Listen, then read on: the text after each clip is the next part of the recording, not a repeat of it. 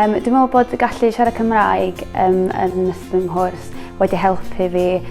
achos dwi'n meddwl bod Cymraeg yn rhan o hwnna fi, ac illa siarad Saesneg i gychwyn fwy yn estron yn bach. So illa siarad Cymraeg yn helpu fi gallu dall y cwrs yn well, ac gyda ni diwtor,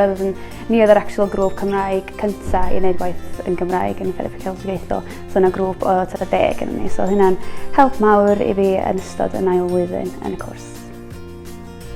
So pan ni allan ar leola tro dwytha, nes i adeiladu perthynas da efo claf oedd iaith gyntaf Gymraeg hefyd, fel dwi,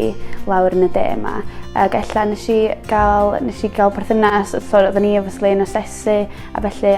iaith gyntaf nhw oedd Gymraeg, so dwi'n meddwl dyna oedd yn dod haws iddyn nhw, so dwi'n meddwl dyna pam oedd y perthynas yn gweithio mor dda ar rhyngtha ni, ac nes i adeiladu rapport da iawn efo'r claf yna.